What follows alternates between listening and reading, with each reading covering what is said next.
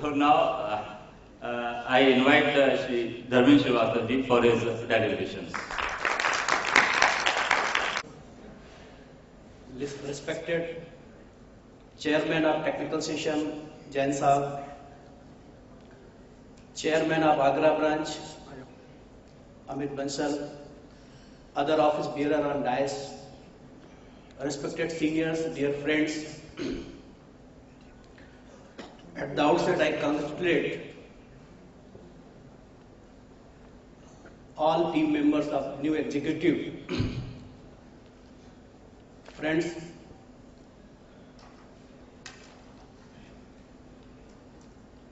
this new team deserve for another compliment to start all technical sessions within time, and at least wish all professionals should value the time. So I request executive members to continue this nice task to start all technical sessions within time, irrespective of whether presence is there or not. Right? The once we will start this muhim, this task, then members will follow it. Friends, as far as service tax or indirect taxes are concerned, particularly in case of service tax, whenever Finance Minister presents this budget, as a student of the service tax, I try to understand amendments in three parts. One, whether there is any amendment in negative list, number one. Number two, whether there is any amendment in mega exemption notification, popularly it is called notification number 25/2012. And the third part is whether there are any changes in CIMVET credit rules, right? These are the three important part of this service tax. Because after introduction of negative tax system, every activity is taxable under service tax. Right? Normally, our understanding is that service tax is tax on service. Correct? And this theory is important to understand so that we can understand amendment in this background. If I am asking someone that you are carrying a trading firm and why you are not discharging excise duty, right? So immediate response will be that I am not a manufacturer, so why I should discharge excise duty?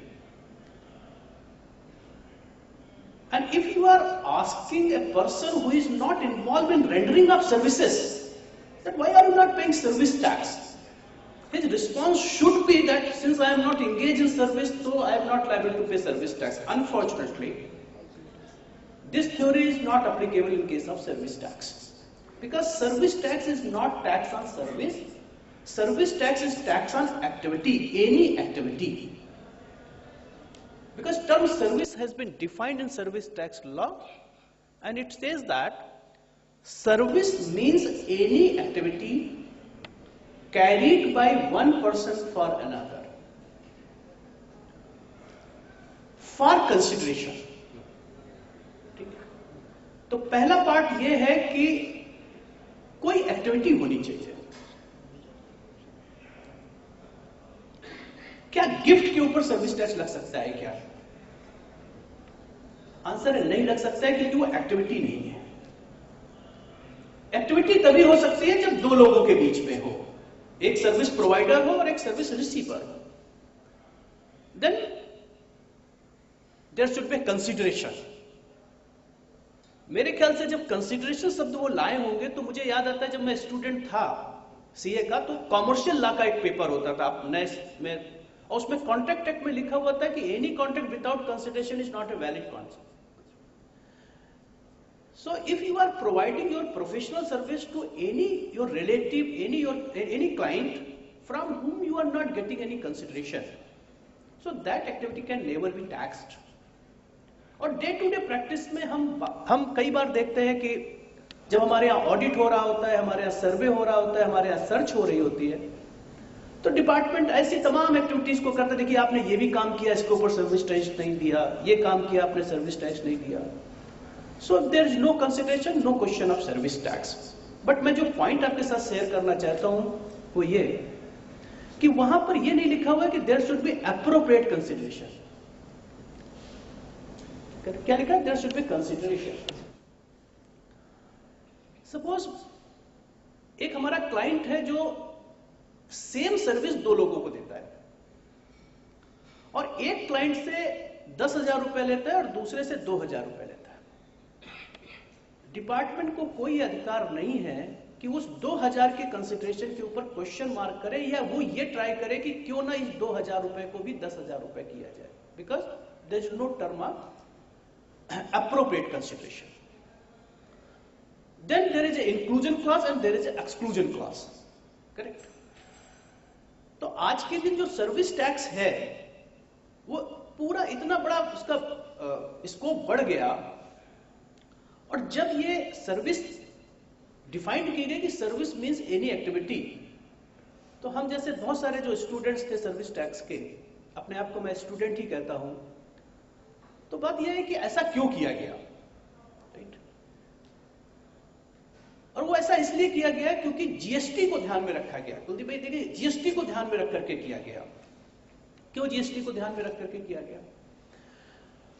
अगर आप constitutional amendment देखें, जो GST के context में constitutional amendment हुआ है, उसमें भी सर्विस की जो डिफिनेशन दी गई है वो क्या दी गई है?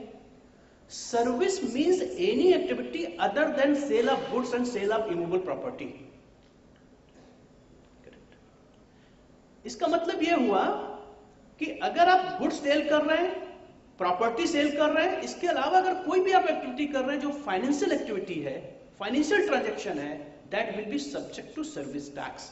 और ये बात मैं इसलिए कह रहा हूं कि जिनको भी ये लगता है कि सर्विस टैक्स का स्कोप बहुत लिमिटेड है, they should remember the definition of service, right?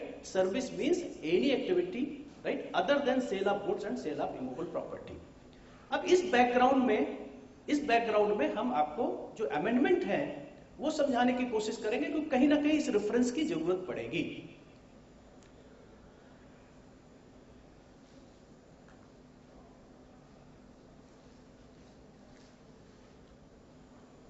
इसको जरा सा पूरा स्लाइड कर दो जरा सा।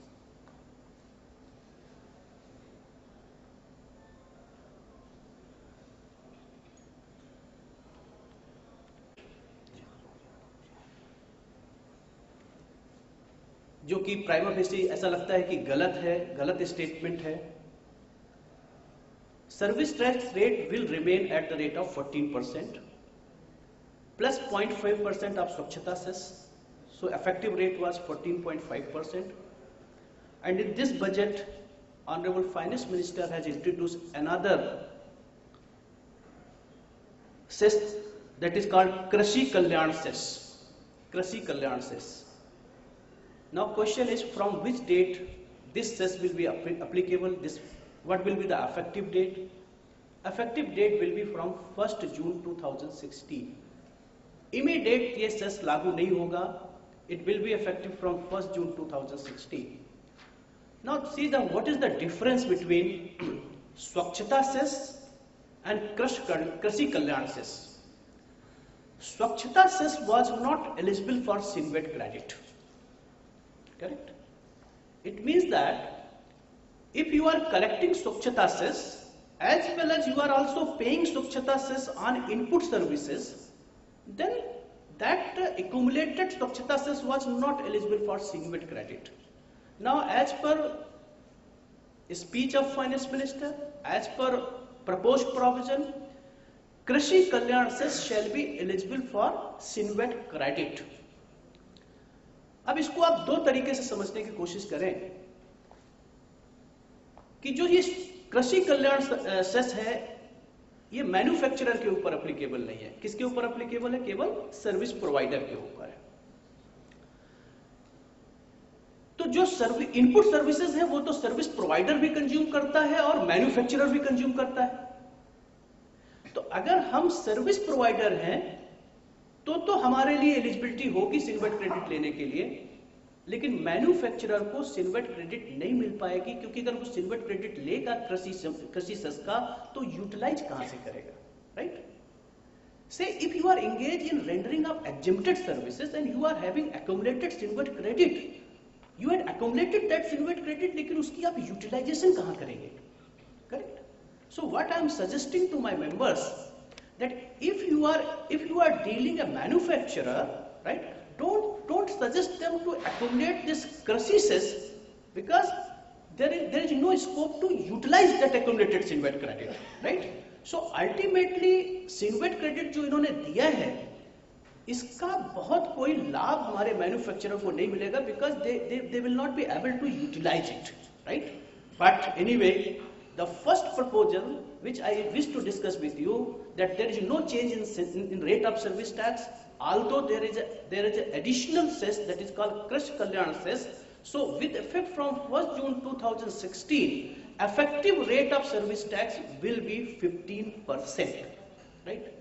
All of us are expecting from finance minister to increase exemption limit, right? Not only in service tax but also in excise, because in excise there is exemption limit of 1.5 crore from so many years, right? So all of us are expecting for 25 lakh रुपए, फिर ये हो रहा था 25 नहीं तो 20 तो कर ही देंगे, 15 लाख रुपए तो कर देंगे, but anyhow there is no change in exemption limit, correct? There is no change in exemption limit. यहाँ पे देखिए contradiction है। contradiction ये है कि जब हमें रेट बढ़ाना होता है तो हम जीएसटी की तैयारी कर रहे हैं, लेकिन जब हमें लिमिट बढ़ानी होती है तो हम जीएसटी की तैयारी नहीं कर रहे हैं, राइट? बिकॉज हम सब जीएसटी में ये होप है, हमारी एक्सपेक्टेशन है कि there will be exemption limit of 25 lakh rupee for the service provider. Same principle has been applied in the case of jewelers. मेरे ख्याल से आज या कल में वो हड़ताल वापस हो जाएगी, हो गई, राइट? बिकॉज आखिरी कल मीटिंग थी पीयूष गोयल साहब के साथ एसोसिएशन की, जब मैं कानपुर से चला था तो मुझे खबर थी कि कल मीटिंग थी, राइट? ज्वेलर्स के ऊपर जो एक्साइज ड्यूटी नहीं विड्रॉ करी, उसका तर्क यही दिया गया कि जब जीएसटी लागू होगा तो आपके ऊपर भी जीएसटी लागू होगा, राइट? अब जीएसटी कब लागू होगा वो हमें पता नहीं है, राइट? लेकिन उसकी तैयारी में हम जो चीज लगानी है वो लगाते जा रहे हैं, जो हमें रिलैक्सेशन देना है वो हम रिलैक्सेशन नहीं दे रहे हैं, राइट? एनीवे सर्विस टैक्स के बेसिक एग्जम्पशन में कोई चेंज नहीं है, जैसे 10 लाख रुपए था वैसे ही 10 लाख रुपए रहेगा। एक्साइज के बेसिक एग्जम्पशन में जो लिमिट थी वो वैसे ही रहेगा। The only development is for jewellers. In case of jewellers they are also treated as manufacturer, but in case of jewelers basic exemption will be 6 crore, subject to the condition that turnover in the previous year should not exceed 12 crore rupee, right? Since excise duty has been imposed on jewelers with effect from 1st March 2016, so government has prescribed exemption limit for the month of March of rupees 50 lakhs, right? क्योंकि पूरे साल तो excise duty लग नहीं रही थी, इसलिए मार्च के महीने में जो लिमिट बताई गई वो 50 लाख रुपए है। इसका मतलब ये है कि अगर हमारा कोई ज्वेलर्स क्लाइंट है और 1 मार्च के बाद जैसे ही उसकी 50 लाख रुपए से लिमिट क्रॉस करेगी उसको एक्साइज ड्यूटी का पेमेंट करना है। दूसरी बात इंपॉर्टेंट यह है कि एक्साइज ड्यूटी जो ज्वेलर्स को लगेगी वो 1 मार्च 2016 को जो उसके पास स्टॉक रखा है उसके ऊपर भी एक्साइज ड्यूटी लगेगी। इसलिए एक्साइज ड्यूटी लगेगी कि गवर्नमेंट का मानना यह है कि जो एक्साइज ड्यूटी डिस्चार्ज होती है at the time and place of removal of goods. So when you are selling gold items, at that time since excise duty is applicable, so it's hardly matter whether it was opening stock as on 1st March or not. But now question is, how you will determine your opening stock as on 1st March 2016. In a circular issued by the department, they had stated that you prepare inventory, right? What is your stock as on 1st March 2016? Get it certified by a chartered accountant, not by an auditor, right? He should be a practicing chartered accountant, and there is no requirement to submit that list in the department. वो आपको submit नहीं करनी है. What they are saying, you please keep that inventory in your books of account, in your file. जब कभी उनको जरूरत पड़ेगी, they will call that certificate, that inventory, and they will accept as it is. जो कुछ आपने inventory बनाई है वो उसको एज इट इज एक्सेप्ट कर लेंगे, उसको किसी को सबमिट करने की जरूरत नहीं है. The moment you feel that my turnover is exceeding the exempted limit, you should apply for registration, right? Finance Minister has assured that the moment you will submit your application for the registration, we will allot your excise registration within 2 days, and there is a system in excise. One is called registration and another is called post inspection, physical inspection. अगर आप excise का licence लें तो आपको एक बार registration मिल जाता है, इसके बाद वहां के जो एक्साइज ऑफिसर्स हैं वो विजिट करने आते हैं आपकी फैक्ट्री को. Honourable finance minister has assured that in the case of jewelry there will be no physical inspection. कोई भी एक्साइज ऑफिसर, कोई भी इंस्पेक्टर आपके यहाँ कोई भी चीज वेरीफाई करने नहीं जाएगा, ठीक है? चूंकि वो सीक्वेंस में ज्वेलरी की बात आ गई है तो 1-2 पॉइंट आपको और क्लेरिफाई कर देते हैं, हो सकता है किसी के काम की हो. एक और बात मन में आती है कि if we are covered under excise duty, then immediately we should start issuing excisable invoice. Excisable invoice देनी है हमको, right? But in the case of jewelry, circular has specified, clarified that whatever invoice you are issuing in a normal course of business, meaning thereby for the purpose of VAT or for any purpose, that will be treated as excisable invoice, right? आपको अपने excise के format में कोई भी change नहीं करना है, केवल उसमें एक्साइज का नंबर आ जाएगा और आप एक्साइज ड्यूटी लिख करके दे देंगे, दैट विल बी सफिशिएंट. इसका मतलब यह है कि कोई भी आपको फॉर्मेट चेंज करने की जरूरत नहीं है. क्या वो जो इनवाइस हमने इशू किया है, that invoice will be sufficient to take silver credit for the purchaser, because as a seller, as a manufacturer, you can issue that invoice. Now question is whether that invoice will be sufficient to take credit by the purchaser, correct? As per my understanding, there is no change in rule 9 of the Sinvat credit rules, right? But rule 9 is specifying that if any invoice is having certain information, certain mandatory information, then that document shall be eligible to take Sinvat credit. तो आपको अपने client को suggest करना है कि excise का number लिखें, उसमें वैल्यू तो लिखना ही लिखना है, और एक्साइज ड्यूटी सेपरेटली उसको मेंशन करें, करेक्ट? अब 2 रेट हैं, एक 1% और एक 12.5%, करेक्ट? तो मुझे तो नहीं लगता है हमारा कोई क्लाइंट, एटलीस्ट मेरा कोई क्लाइंट 12.5% चार्ज करने वाला है, right?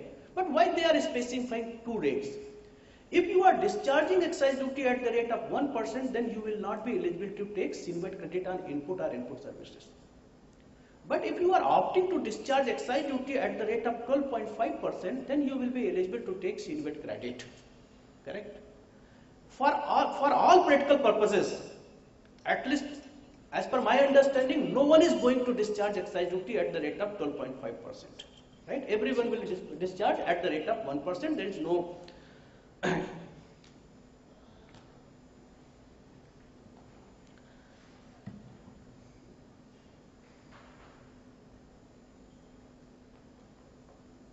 Now I am moving towards the first phase. What are the changes in negative list, right? Negative list में change बताने से पहले I am duty bound to explain you difference between exemption allowed under negative list and exemption allowed under mega exemption, right? इससे पहले इसकी बहुत importance नहीं समझ में मुझे आती थी, लेकिन जब इस बजट में कुछ चेंजेस हुए तो मुझे लगा कि ये हमें समझना चाहिए प्रैक्टिस करते समय कि दोनों में फर्क क्या है. दोनों में सिंपल सा छोटा सा फर्क यह है कि negative list is governed by a section that is called section 66 capital D, and mega exemption is governed by a notification. So if government is interested to amend in section 66D, that power is only with parliament. That cannot be amended by the government.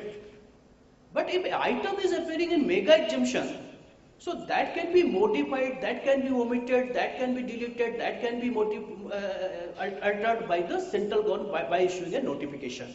Correct? This is the fundamental difference. Now, in section 6 capital D, subclass L, there was an entry, services by way of preschool education and education up to higher secondary school are equivalent. Education as part of curriculum, education as part of an approved vocational courses. This entry has been omitted from negative list. Correct? अगर मैं UP board से high school का exam दे रहा हूं, high school का मैं पढ़ाई कर रहा हूं, फर्स्ट ईयर का पढ़ाई कर रहा हूं, इंटरमीडिएट की पढ़ाई कर रहा हूं, तो जो मैं फीस अपने कॉलेज को देता हूं, क्या कोई कॉलेज उसके ऊपर सर्विस टैक्स देता है? क्या नहीं देता है? क्यों नहीं देता है? वो कॉलेज इसलिए नहीं देता है because by virtue of this negative list that college is exempted from service tax. Correct? अब अगर आपके मन में ये आर्गुमेंट आ सकता है कि आज ये आप कैसी चर्चा कर रहे हैं, गवर्नमेंट स्कूल क्यों सर्विस टैक्स देगा, गवर्नमेंट हॉस्पिटल क्यों सर्विस टैक्स देगा, राइट? और इसी जिज्ञासा को शांत करने के लिए मैंने अपनी शुरुआत कहां से की थी? Service means any activity. Correct? Hotel के बाहर दो ड्राइवर झगड़ा कर रहे हैं, आपस में मारपीट करने के लिए उतारो, राइट? और विजय भाई बाहर गए, भाई क्यों झगड़ा कर रहे हो, ये भी इन्वॉल्व हो गए उसमें शांत कराने में. जो भारी पड़ रहा था वो ड्राइवर करता है, साहब अब तो आप भी पार्ट हो गए, मैं आपके खिलाफ मुकदमा दाखिल कर दूंगा बाहर जाकर के कि आपने ही झगड़ा शुरुआत किया था. चार्टर्ड अकाउंटेंट डरपोक आदमी होता है, पुलिस कचहरी से डरता है. बोला दादा बाहर अंदर सेमिनार चल रही है, अब कैसे कैसे होगा? बोला 10 लाख 1 रुपया मुझे दीजिए. से आर्बिट्री, मतलब एक काल्पनिक बात कर रहा हूं. से उस ड्राइवर ने 10 लाख 1 रुपया ले लिया और ये विजय भाई ने मुझे वापस चुपचाप बताया, धर्मेंद्र भैया बाहर इसलिए लेट हो गए, ये झगड़ा हो गया. हमने कहा चिंता मत करो, सुपरिटेंडेंट इंतजार करते रहते हैं, राइट? सुपरिटेंडेंट को इन्फॉर्म किया, वो सुपरिटेंडेंट उसको बोलता है कि सर्विस टैक्स दीजिए. Correct? Now say driver is also expert man, he is a knowledgeable person. Now that driver is arguing with the excise officer, I am a driver, right? I am getting salary from my say principal, I am not liable to pay service tax.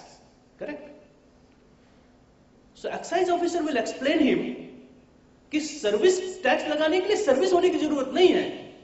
Service के लिए क्या होना चाहिए? कोई भी activity हो. तो activity कैसे हो गई? 2 लोग हो गए, ठीक है? मॉनिटरी कंसिडरेशन हो गया.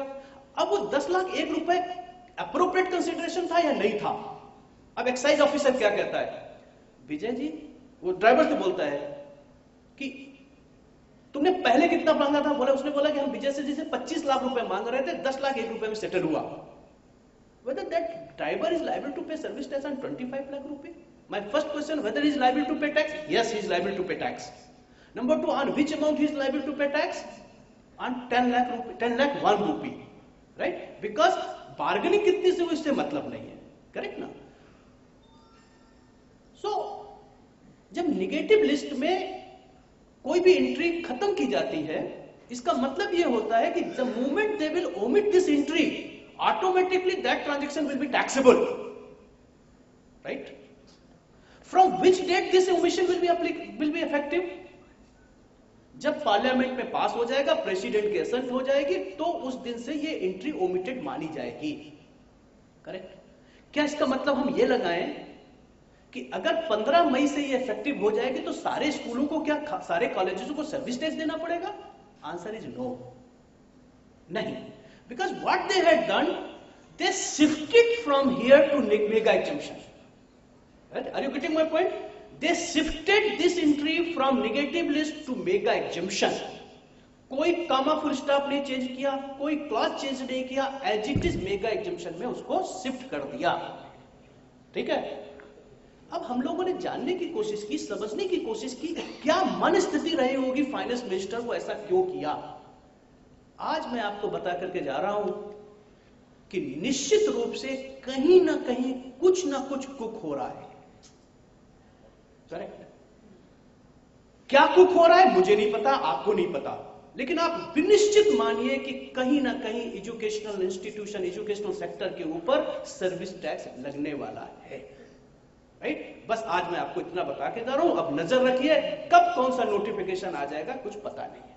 ठीक है, एक सेंस हमको ये मिल रहा है कि मेगा एग्जम्पशन में एक इन्होंने एंट्री इंसर्ट किया है, certain educational programme conducted by IIM, right? Try to understand, I'm trying to correlate this movement with that mega exemption, right? Say 2 years diploma conducted by IIM, correct? इसका मतलब क्या हुआ? इसका कुलदीप भैया मतलब यह हुआ कि अगर कोई सिमिलर डिप्लोमा कोई दूसरा मैनेजमेंट कॉलेज चला रहा है, हिंदुस्तान में केवल IIM तो नहीं चला रहा है, बाकी लोग भी चला रहे होंगे, इसका मतलब यह है कि that exemption is limited up to IIM. If similar courses, similar diploma has been conducted by any other institution, that institute shall be subject to service tax. Correct? मैं बधाई दे रहा हूं आगरा एग्जीक्यूटिव मेंबर्स को कि उन्होंने सर्विस टैक्स का जो amendment का जो पेपर रखा वो पहले रखा। जितने भी सेमिनार्स में जाते हैं सबसे आखिरी में रखा जाता है और आधे पौन घंटा, बिकॉज सबको ऐसे लगता है कि पता नहीं क्या चीज है क्या चीज नहीं है। आप जीएसटी की तैयारी ऐसे नहीं कर सकते कि अचानक एक दिन जीएसटी आएगा और हम सब जीएसटी के एक्सपर्ट हो जाएंगे। Please, it is my humble request that please keep your eyes on this development, because all this development is towards GST. जब जीएसटी आएगा एजुकेशनल सेक्टर के ऊपर भी जीएसटी लागू होगा, केवल उन्हीं एजुकेशनल इंस्टीट्यूशन, उन्हीं कोर्सेज के ऊपर नहीं लागू होगा जो एग्जम्पशन में आएंगे।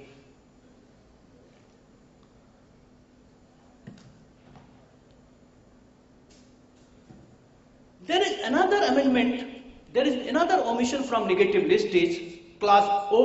Clause O was dealing with the service of transportation of passenger with or without accompanied belongings by stage carriage. This clause has been proposed to be omitted.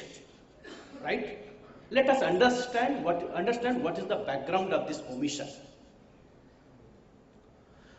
In transportation sector, and this clause is very important for Mathura and Agra, because हम लोग tourist industry हमारे यहाँ।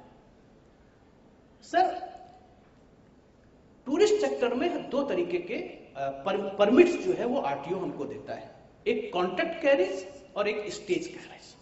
Right?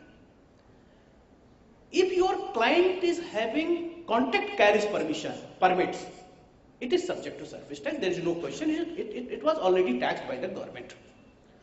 ये stage carriage क्या होता है? Stage carriage के case में जो ट्रांसपोर्टर होता है उसको ये परमिशन होती है कि वो एक जगह से पैसेंजर को बिठाए और दूसरी जगह उस पैसेंजर को उतार दे।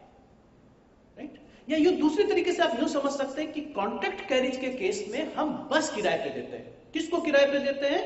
जो आदमी उसको हायर कर, चार्टर सिस्टम होता है, वो जहां चाहे उसको ले जाए। स्टेज कैरेज में हम केवल राइट टू ट्रेवल देते हैं। आपने 2 टिकट खरीदी, आपको केवल ये अधिकार है कि आप हमारी बस में आए, 2 सीट ऑक्यूपाई करें और जहां से चढ़े दूसरी जगह उतर जाए। Right? After omission of this clause, all bus operators who are engaged in business with stage carriage permission, those transporters shall be subject to service tax, subject to eligibility of abatement, there is no question, subject to eligibility of abatement। जो abatement contract carriage को मिलता था वो stage carriage को मिलेगा। Correct? ये क्यों किया गया? Because I can recall various dispute from the year 2000, and I can recall a very important decision of Madras High Court in the case of Secretary Federation of Bus Transport Operator, where there was a dispute. What was the dispute? Dispute was that a particular bus operator was having, say, X permit, but they were using those buses for stage carriages. Correct? Then there are a long history of litigation. Those litigation in the background of those litigation, after omission of this clause, all bus operators shall be subject to service tax. Bus operator includes government undertakings also, UP roadways buses, right? Now it is not material which kind of permit, which kind of license you are owning, contact carriage or stage carriage. There is only relaxation is that as per mega exemption, this all stage carriage operators other than AC buses. इसका मतलब ये हुआ कि इस amendment के बाद केवल वो स्टेज ऑपरेटर टैक्सेबल होंगे जो एसी बसेस चला रहे हैं. आई वेलकम उमेश भैया. I was eagerly waiting. Right. Is it clear? मैंने केवल दो चीजें डिस्कस करी नेगेटिव लिस्ट में. First was for educational sector, second is for stage carries. Stage carriage will be taxable subject to you are having a AC buses. If you are having non-AC buses, you are transporting your passenger in non-AC buses with a stage carriage license, then it will not be taxable for the time being. Because once this has been shifted from negative list to mega exemption, at any time it can be taxed.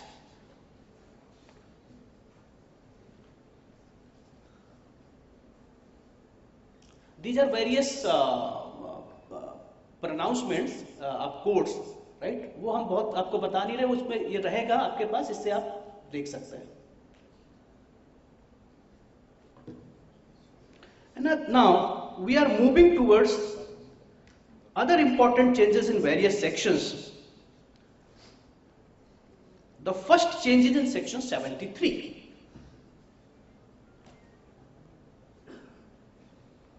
What is the change in section 73? As per proposed section 73, they had increased time limit from 18 month to 30 months. 18 महीने से time period बढ़ा दिया 30 महीना. अब ऐसे समझ में नहीं आता. Let us understand the background, right? Section 73 deals with the issue of show-cause notice, right? If there is a dispute between the assessee and assessing officer, then what assessing officer will do? They will issue a show-cause notice to you. There is a proviso of section 73. Proviso of section 73 is saying that assessing officer or excise officer can issue show-cause notice within 5 years if there is a non-payment, short payment, non-levy, short levy or erroneous refund due to suppression of fraud, misstatement to evade the duty. So there is a time limit of 5 years. लेकिन 5 साल का time limit कब applicable होता है? जब fraud का case हो. In the cases other than fraud there was a time limit of 12 months earlier. 12 महीने के अंदर आप शो-कॉज नोटिस इशू कर सकते हैं. ये टाइम लिमिट क्यों होता है शो-कॉज नोटिस इशू करने का? कभी अगर एक्साइज ऑफिसर से बात करते तो वो कहते हैं कि सब ऐसा है कि अगर कोई आदमी टैक्स का इवेजन कर रहा है तो मैं 10 साल बाद उसके खिलाफ इंक्वायरी क्यों नहीं कर सकता हूं, मैं 12 साल बाद इंक्वायरी क्यों नहीं कर सकता हूं, right? There are number of decisions of Supreme Court. Supreme Courts are saying that आप किसी भी एसएससी के ऊपर, किसी भी करदाता के ऊपर फॉर एवर तलवार नहीं लटका सकते. हर डिस्प्यूट, हर इंक्वायरी का एक टाइम लिमिटेशन होना चाहिए. And this is the background why there is a time limitation in every act. Income tax हो, VAT हो, service tax हो. So in service tax, there are two types of cases. One, evasion of tax with intention of fraud, misstatement, misrepresentation. Then assessing officer can issue show-cause notice within 5 years. From which date? From relevant date. I will explain you what is the meaning of relevant date. But in normal cases, and this normal case, normal जो case होता है, that is more important for us. For example, मेरे यहाँ as a practising chartered accountant service tax department से लोग audit करने आते हैं, राइट? ऑडिट करने में उनको एक इनवॉइस मिलता है जिसको हमने मेमोरेंडम इनवॉइस की तरह किसी को इशू किया हुआ था 1 लाख रुपए का, और उसके ऊपर हमने सर्विस टैक्स नहीं दिया है, and you can presume that my turnover is more than 50 lakh rupees, so I am liable to pay service tax on due basis, on billed basis, instead of realisation basis. Now officer is saying that you are liable to pay service tax on this 1 lakh rupee. Correct? मैं कहता हूं साहब ये memorandum invoice हमने issue किया था, and memorandum invoice is like a quotation, right? और ये हमारा केस मेटलाइज्ड नहीं हुआ, इसलिए हमने ऊपर सर्विस टैक्स नहीं दिया. करेक्ट? नहीं मानते, कोई सुनता भी नहीं एक्साइज ऑफिसर. तो अब हमने थक हार के कहा, हमने कहा साहब एक देखिए इसकी डेट क्या है. You are conducting audit in the year 2016 and bid date is say 2013. Correct? तो वो बोलेंगे साहब आप कहना क्या चाह रहे हैं. मैं कह रहा हूं साहब ये टाइम बार्ड हो गया, क्योंकि आप मुझे अगर नोटिस भी इशू कर सकते हैं, कितने दिनों के अंदर कर सकते हैं? 12 महीने के अंदर इशू कर सकते हैं. Then an excise officer has informed me, Mr. Srivastava, you are not well informed. Now period has been extended from 12 months to 18 months. In the last year, period was extended from 12 months to 18 months. मैंने कहा साहब आज अभी भी आप calculate कर लीजिए, ये 1.5 साल से ऊपर है. तो कहेगा कि now you should consider the next amendment proposed in the budget 2016, where time limit has been increased from 18 month to 30 month. इसका मतलब ये हुआ कि 30 महीने का मतलब क्या होगा? 2.5 साल. नॉर्मल कोर्स में जो एक्साइज ऑफिसर है, सर्विस टैक्स ऑफिसर है, वो अब आपको जब ये बिल पास हो जाएगा तो 2.5 वर्ष तक आपको शोकाज नोटिस दे सकता है. और अगर सप्रेशन है, फ्रॉड है, तो कब तक दे सकता है? 5 साल तक दे सकता है. राइट? एक्साइज में भी जो लिमिट थी उसको बढ़ा करके 2 साल कर दिया. अब मेरी कुछ रिजर्वेशंस हैं, कुछ चीजें जो मैं आपके साथ शेयर करना चाहता हूं. एक तो ये है कि ये जो 2.5 साल की टाइम लिमिट है वो एप्लीकेबल कब से होगी? आप सबका जवाब होना चाहिए निश्चित रूप से प्रोस्पेक्टिव होगी, रिट्रोस्पेक्टिव हो नहीं सकेगा unless otherwise not stated is prospective. अब ये जो इनवॉइस है मेरी, राइट, जिस दिन ऑडिट हो रहा है उस दिन तो 18 महीने गुजर गए हैं. अब ये जो ऑफिसर अपने ऑफिस में जाता है, जब तक ये फाइनलाइज करता है तब तक ये बिल पास हो गया, और जब बिल पास हो गया तो 2 साल 3 महीने हुए हैं. क्या शोकाज नोटिस इशू हो सकता है? Right? As per my understanding, why I am creating all these platform, that this amendment has been proposed due to magical document called 26 AS of Income Tax Act. This amendment has been proposed due to, I am repeating, this amendment has been proposed due to your magical document called 26 AS. Why I am calling this magical documents? Because our learned service tax officers, they are not able to understand under which section TDS has been deducted. 194A, 194C, 194A. If TDS has been deducted, that amount is appearing in 26 AS, they are bound, they are forced, or they are willing to issue showcase notices. Right? As per my understanding, of the record understanding, excise officer, various commissionerate has approached to the CBEC that huge inquiries are pending. We are not able to assess all those cases, so kindly extend the date so that we can issue showcase notices for the year 12, 13, 13, 14, 14, 15. Correct? In that background, this time period has been extended. Right? So my concern is, right, that if as on the date when this amendment will be effective, right, and your dispute period is expired in the light of 18 months, as per my understanding, department cannot issue showcase notice, but they will try to issue showcase notices. Correct? तो आगे चल करके एक ये बहुत बड़ा एक dispute हो जाएगा. Right? So as per proposed amendment in section 73, what is the proposal? What is the amendment? Right? Amendment is that time period prescribed 18 months has been extended to 30 months. Right? इसका मतलब ये है कि आप चैन से नहीं बैठ सकते, राइट? क्यों? अगर वो 30 महीना गुजर गया, then they will issue so cause notice under proviso of section 73. I am again and again repeating this proviso section 73 only to communicate you that if you are getting so cause notice from the department by extending this 5 years, please try to examine whether notice has been issued under section 73 or notice has been issued under proviso of section 73. मुझे जो थोड़ा बहुत अनुभव है, वो मुझे अनुभव ये है कि डिपार्टमेंट 99% जो सोकाज नोटिस इशू करता है वो 5 साल की इशू करता है, पहली बार, ठीक है? और उस 99% में 20 to 25% सोकाज नोटिस ऐसी होती हैं जिसमें प्रावजो ऑफ सेक्शन 73 इन्वोक नहीं किया जाता है।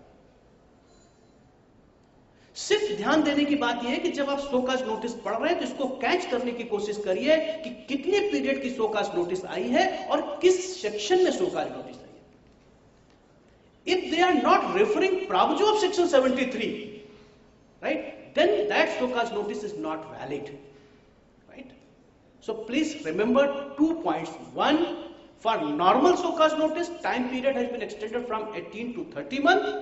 For fraud and suppression of fact, 5 years. But if they are extending the time limit from 30 to 5 years, there should be mention of proviso of section 73. Another important amendment in section 75.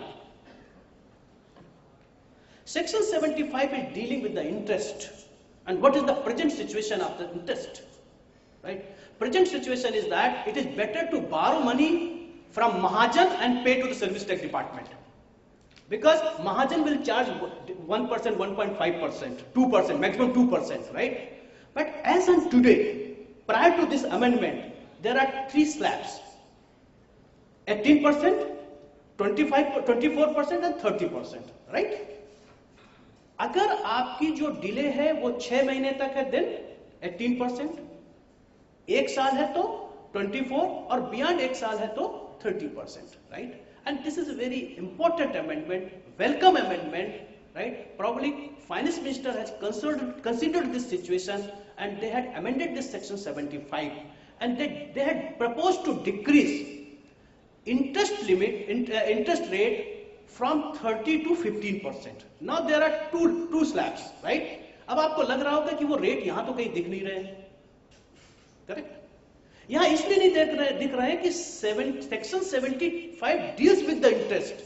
जो rate होते हैं वो notified होते हैं, right? So there is a notification called 13/2016 where new rate has been notified, right? This is section 75 which authorize excise officer to collect interest, right? What will be the rate of interest? They will notify. They had notified actually in notification number 13/2016. Now they had prescribed 2 rates. 2 rates. One is 24, another is 15%, right? Now the only question is when 24% will apply and when 15% will apply, right? In those cases where you had collected service tax and you failed to deposit it, where you had collected and failed to deposit service tax, then interest rate is 24%. Irrespective of period of delay, चाहे 3 महीने का delay हो, चाहे 6 महीने का हो, चाहे 18 महीने का डिले हो, आपको रेट क्या लगेगा? 24% लगेगा.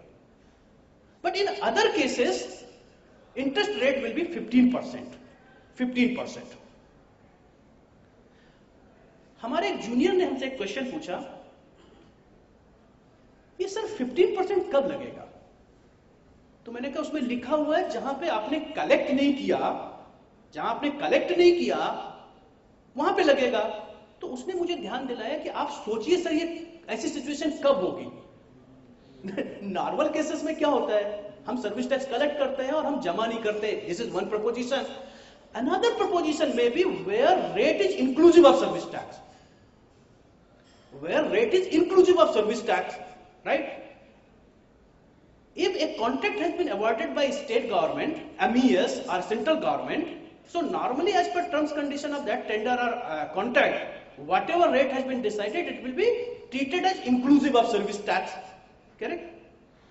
So my humble submission is that in the situation where contract is inclusive of service tax, which rate will apply? 15% or 24%, right?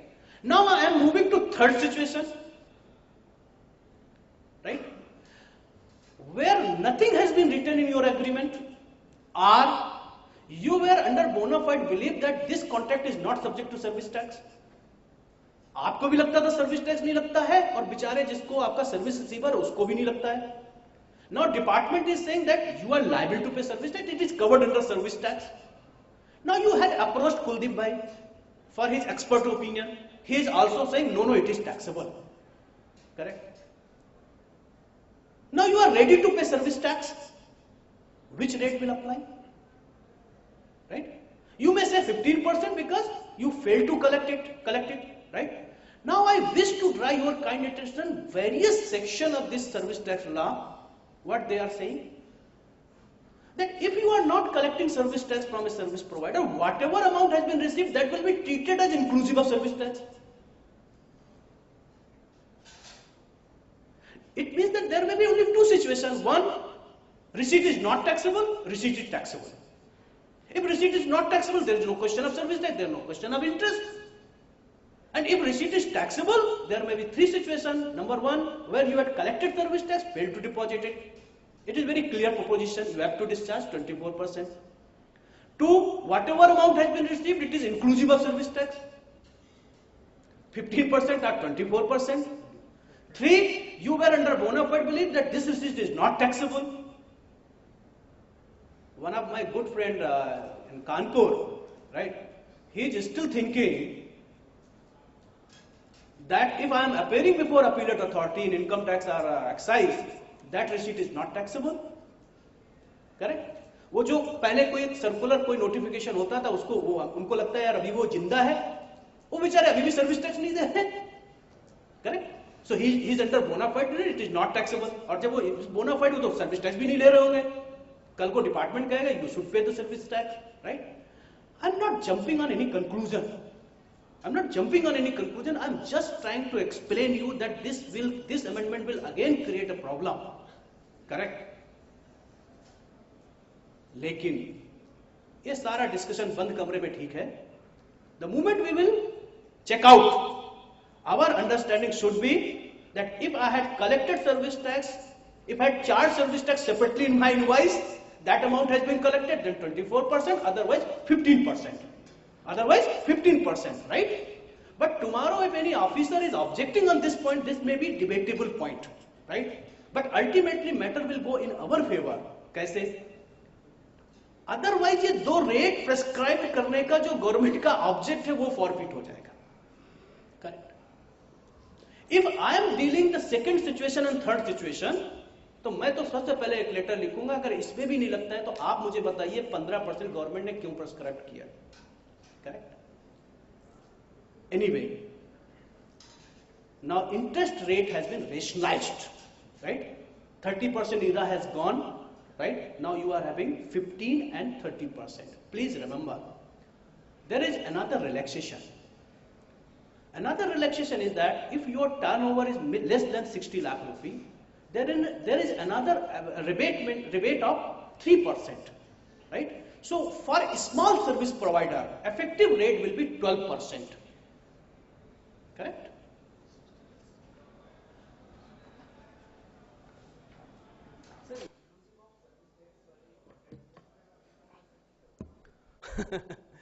I tried to create confusion. Correct? Now you start thinking. Correct? Because if it is inclusive of service tax, correct? हम ऐसे भी argument कर सकते हैं कि सब जब हम टेंडर कर रहे थे तो इंक्लूसिव ऑफ सर्विस टैक्स का मतलब ये हुआ कि मैंने सोचा जो भी मिलेगा उसमें सर्विस टैक्स दे देंगे क्योंकि हमारा मार्जिन सफिशिएंट है. करेक्ट? अदरवाइज मेरे हिसाब से तो तीनों सिचुएशन 24 में आ जाएंगे. Correct? But intention of law maker is clear. वो तो हम लोग क्या हिंदी में चंदी निकालते रहते हैं, सोचते रहते हैं क्या हो सकता है क्या नहीं हो सकता है. राइट? से मैं ये कहता हूं कि सेक्शन 73 में 18 महीने से 30 महीने किया गया 26A से. वो किसी सर्कुलर में थोड़ी लिखा है, किसी नोटिफिकेशन में तो लिखा हुआ है. जब हम रोज काम करने लगते हैं तो उस काम से मुझे अनुभव पता होता है कि ऐसा क्यों किया गया. ठीक है ना विजय भाई? Now there is amendment in section 78 capital A, correct? Now let us understand for which situation this section 78 capital A is there, correct? 78 capital A is dealing with the personal penalty, right? Personal penalty माने आपके किसी client के यहां service tax की search हो जाती है, right? And there is a evasion of say more than 50 lakhs rupee. There is evasion of more than 50 lakhs rupee. So what department will do? Department will issue a show cause notice to recover this 50 lakh rupee plus interest plus penalty under section 76 or 78, right? Now there is a certain proposition in section 76 and 78, right? 76, please remember, 76 deals with the penalty for delay payment. 78 deals with the penalty for suppression of fact, concealment of fact, misrepresentation of your case. अब हमारे बहुत सारे मित्र मैं जो देख पा रहा हूं, जो लोग सर्विस टैक्स में प्रैक्टिस करते हैं, उनको ये पता है कि 76 और 78 में ये प्रपोजिशन है कि अगर शोकाज इशू होने के 30 दिन के अंदर, या एक और सिचुएशन ले लेते हैं कि शोकाज इशू होने के पहले ही आप टैक्स और इंटरेस्ट दे देते हैं, then there is no levy of penalty, neither under section 76 and 78. Or if so-called notice has been issued and within a certain period, that is 30 days, you had paid your service tax, your interest, there is no penalty. There is a proposition, section 76, 78. Say so-called notice has been issued in the name of company. Another so-called notice has been issued in the name of managing director to impose penalty of 1 lakh rupee under section 78 capital A. The company has opted to discharge service tax, interest within a period specified so that he can take the benefit of levy of penalty, correct? तो क्या हुआ कि company के case में वो case close हो गया। अब डिपार्टमेंट ये कहता था कि 78 कैपिटल ए में तो कुछ नहीं लिखा हुआ है, आपको तो 1 लाख रुपए देना ही देना है, आपको तो 50,000 रुपए देना ही देना है। मित्रों, वो 50,000 रुपए 1 लाख रुपए इंपॉर्टेंट नहीं था। In case of limited companies, if rupees 10,000 has been imposed in the name of director or managing director, that is personal penalty, उसका असर बहुत होता था, correct? So they had amended this section. What this amended section is saying, if matter has been closed in the hand of company, right, due to the payment of service tax and interest, then proceeding initiated under section 78 capital A shall automatically conclude. Are you getting my point? अगर company के case में chapter close हो जाता है तो 78 capital A की proceeding भी automatically wave हो जाएंगी, ऑटोमेटिकली खत्म हो जाएंगी, राइट? इसके लिए डिपार्टमेंट अलग से प्रोसीडिंग नहीं चला सकता है।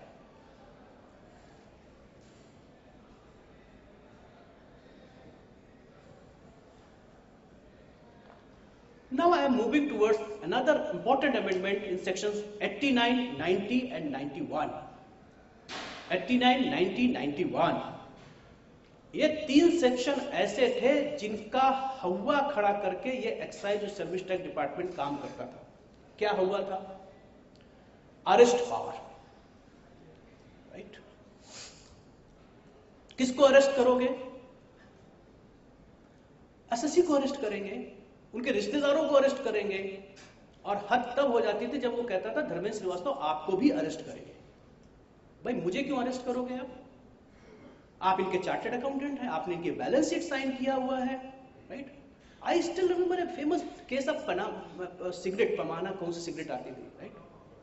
हाँ ना, सिगरेट आती थी। उस पर डिपार्टमेंट ने उस सिगरेट वाले को तो जो कर रहा था तो चार्टर्ड अकाउंटेंट के पीछे पड़ गए, साहब इनको अरेस्ट करो, इनके खिलाफ कार्रवाई करो। क्यों कार्रवाई करो?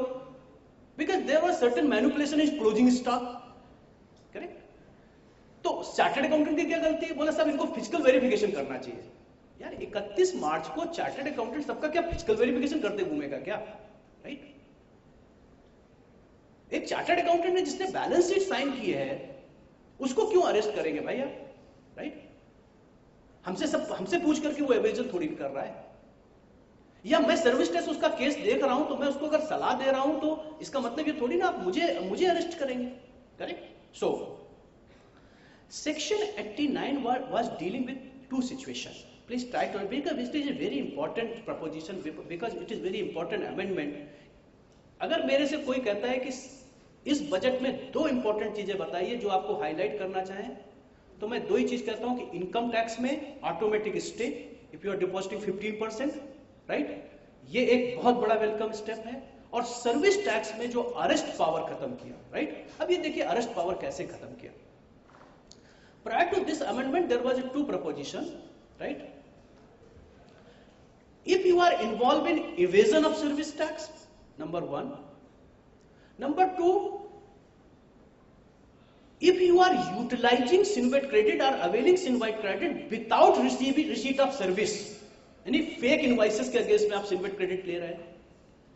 तीसरी सिचुएशन ये थी कि जहां पर आप books of account fraudulent books of account रख रहे हैं, और डी क्लास ये था, I am referring section 89 subsection 1 sub class D, with class D is important, where you had collected service tax and you fail to deposit it. ये चार situation थी जिसमें अरेस्ट हो सकती थी, राइट। पहले जो तीन सिचुएशन थी इसमें 3 साल की सजा थी और ये बेलेबल थी। ये जो चौथी सिचुएशन से डी थी इसमें 7 साल की सजा थी और ये बेलेबल नहीं थी। ये प्रपोजिशन था। And there was a monetary limit of 50 lakh रुपए। अगर 50 लाख रुपए से ज्यादा का इवेजन है तभी सेक्शन 89 इन्वोक होता था। As per new amendment, right, the first important development is that monetary limit of 50 lakh रुपए has been increase to 2 crore रुपए। Number 1. Number 2, subclass 1, subclass A, B, C of section 89 subsection 1 has been omitted. Let us try to examine what is the effect of this amendment.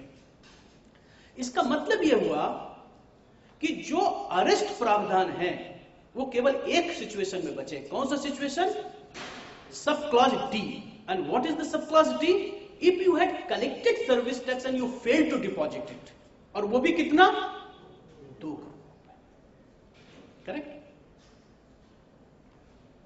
Say department has conducted a search in a premise of a contractor, and that contractor is engaged in construction of road, right? अब मान लीजिए वो विद्वान जो excise officer है वो कहता है कि रोड की एग्जम्पशन का नोटिफिकेशन हमें तो पढ़ने में कहीं नहीं आ रहा है। Well, everyone knows that it is exempted. तो वो क्या करेगा? वो 10 करोड़ की 12 करोड़ रुपए की क्या निकाल के दे देगा? सोकाज नोटिस दे देगा। न केवल सोकाज नोटिस दे देगा, आपके गर्दन पे तलवार रखेगा कि हम अरेस्ट भी कर लेंगे आपको, right? Now all those situation is over. Now all those situation will be the matter of history, correct? अब अरेस्ट का जो प्रावधान है, प्रोसिक्यूशन है, वो कब लगेगा? When my client has collected more than 2 crore रुपए and failed to deposit it, correct? और मुझे लगता है इस सभागार में बैठा हुआ कोई भी चार्टर्ड अकाउंटेंट, राइट, ऐसे क्लाइंट के साथ नहीं खड़ा होगा, राइट, जिसने 2 करोड़ रुपए से ज्यादा कलेक्ट किया हो और जमा नहीं किया। खड़ा होने का मतलब ये नहीं कि आप केस नहीं लड़ेंगे, नहीं, हम ये नहीं कह रहे केस नहीं लड़ेंगे, ऐसा नहीं कह रहा हूं, लेकिन फिर भी आपकी सिंपैथी इसके लिए नहीं होगी कि भाई इसको अरेस्ट मत करो, correct? Now I am dealing in other situation. Say one of my client is running BPO, right, and his gross collection per year is say 25 crore rupee. So per year service tax will be more than 2 crore rupee, correct? Say मार्च के महीने में 28 तारीख को उसके पास 25 करोड़ रुपए आया। ध्यान से समझिए, 25 करोड़ रुपए आया। होली और उसके बाद क्लोजिंग, उस मेरे क्लाइंट ने, ये लाइव केस है, बस हमने केवल चेंज किया है अमाउंट, इतना अमाउंट उसके पास नहीं आता है। उसको मार्च के महीने का सर्विस टैक्स कब देना है? 31 मार्च को देना है। अब उसने बेचारे ने क्या किया कि सारा सैलरी बांट दिया, उसके पास पैसा नहीं बचा, और उसने अपने चार्टर्ड अकाउंटेंट से कहा कि सर 20 अप्रैल को मैं टैक्स जमा कर दूंगा पूरा, और 25 अप्रैल को आप मेरा रिटर्न फाइल कर दीजिए। 19 अप्रैल को ये साहब आ गए हमारे यहां, ठीक, और हम ये प्रिज्यूम करते हैं ये एक्ट इंप्लीमेंट हो गया, सेक्शन इंप्लीमेंट हो गया। वो कहेगा मिस्टर सक्सेना इधर आइए, कितना रुपया कलेक्ट किया सर्विस टैक्स का? सर मोर देन 2 करोड़ रुपए। चलो अरेस्ट करता हूं। अब तो क्लियर है ना, कोई कंफ्यूजन तो नहीं ना, ठीक है? किससे पूछना है? धर्मेंद्र श्रीवास्तव से पूछो, कुलदीप जी से पूछो, विजय जी से पूछो, प्रेसिडेंट से पूछो, चेयरमैन से पूछो, करेक्ट? अब चलो आप मेरे साथ। ये प्रपोजिशन डेंजरस थी। इस प्रपोजिशन से भी बचने के लिए there is arrangement that there should be delay of payment for the period more than 6 months. Are you getting my point? Right? If there is a delay of less than 6 months, even though then arrest and prosecution provisions are not applicable. Right? So we must be very careful with those clients who are collecting service tax and who they fail to deposit within time. Right? What is the remedy to Vijay Mallya? He is responsible only to pay penalty of 1 lakh rupee. Because who is the evader? Evader is not Mr. Mallya. Evader is the company. He can be arrested if he is the executive director of that company. Right? And these people are very clever. तो बहुत बड़े आदमी हैं। पान मसाला industry में आप देखिए, हम क्या कराते हैं, किसको डायरेक्टर बनाते हैं? वो बेचारा वो जो कानपुर में तो बहुत पान मसाला इंडस्ट्री, वो जो जिसको हम डायरेक्टर बनाते हैं ना सर, वो रोज तैयार बैठा रहता है, आज मेरा अरेस्ट होगा, because he is the poor driver. और वॉचमैन, यू नो दैट, अगर आपको कभी उससे बात करने का मौका मिले ना, वो सुबह 10 बजे आता है एकदम तैयार होकर के, खाना वाना खा करके ना, डेली, उसको कुछ काम ही नहीं है, वो रोज आता है, आज अरेस्ट होगा, कल अरेस्ट होगा, he is always ready for the arrest. उसको तालीम इसी चीज की मिलती है, उसको पैसा इसी चीज का मिलता है कि तेरे को अरेस्ट होना है, अरेस्ट होके चले जाना, राइट ना?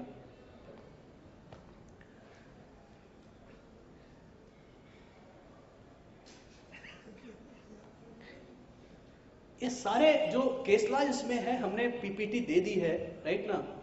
क्योंकि बजट के सेशन में इतना टाइम नहीं रहता है कि ये सारे डिसीजंस बहुत इंपॉर्टेंट है, अरेस्ट से रिलेटेड है, प्रोसिक्यूशन से रिलेटेड है, जितने भी इंपॉर्टेंट डिसीजंस थे मैंने डाल दिया, इसलिए डाल दिया है कि कभी आपको अगर जरूरत पड़े तो आप इसको पढ़ सकें। Right, now I am moving towards another important amendment, that is notification number 41/2012, right? Again, I will try to explain you the background, right? If you are dealing with if you are dealing with exporters, right?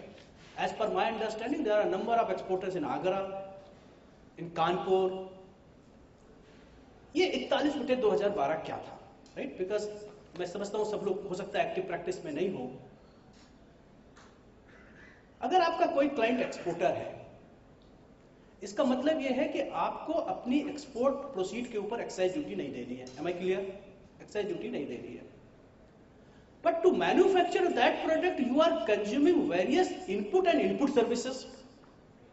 Input services means taxable input services where service tax has been imposed. So to avoid cascading effect, what is the proposition? Proposition is that you can avail CENVAT credit, an unutilized project, for unutilized portion you can file refund. This is the one proposition. Another proposition is that if you are consuming, if you are incurring various expenditure which are beyond place of removal, beyond place of removal माने manufacturing stage से लेकर के और export point तक अगर कोई आप service लेते हैं जिसमें सर्विस टैक्स लग करके आता है, उसका रिफंड इसलिए नहीं मिलता था क्योंकि वो इनपुट सर्विस की डिफिनेशन क्वालिफाई नहीं करता था। जब इनपुट सर्विस की डिफिनेशन क्वालिफाई नहीं करता था तो आप उसका सिन्वेट क्रेडिट नहीं ले पाते थे, right? By virtue of this notification called 41/2012, government has provided a facility to the exporter to claim refund for those specified services which are being consumed beyond place of removal. Beyond place of removal, right? What is the meaning of place of removal? We understand place of removal means factory gate, warehouse.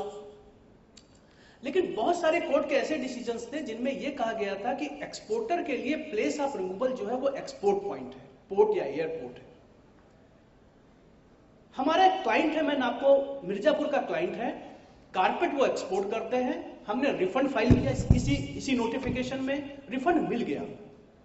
Refund जिस officer ने refund दिया उसी officer ने एक show cause notice दिया कि क्यों ना वो रिफंड अमाउंट आपसे रिकवर कर लिया जाए। बोला भाई क्यों रिकवर कर लोगे? बोले रिकवर आपको इसलिए कर लेंगे, इस नोटिफिकेशन में लिखा हुआ है कि those services should be consumed beyond place of removal. and for you Mr. Exporter, place of removal is the port. तो पोर्ट के बियॉन्ड जो सर्विसेज आपने कंज्यूम की उसका रिफंड लीजिए, क्योंकि इस नोटिफिकेशन में लिखा हो प्लेस ऑफ रिमूवल। तो मैंने कहा कि अगर ये कहेंगे तो हमें तो रिफंड ही नहीं मिलेगा, प्लेस ऑफ रिमूवल के बाद पोर्ट के बियॉन्ड जो सर्विस कंज्यूम करेंगे उसमें तो सर्विस टैक्स लग ही नहीं सकता है, तो आपका तो ये नोटिफिकेशन ही बेकार हो गया। बोले कुछ नहीं, लिखा है तो कर देंगे। पिछले साल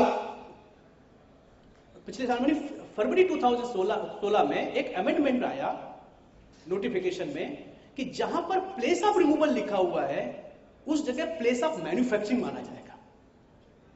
Why this amendment was proposed? To avoid all these confusion.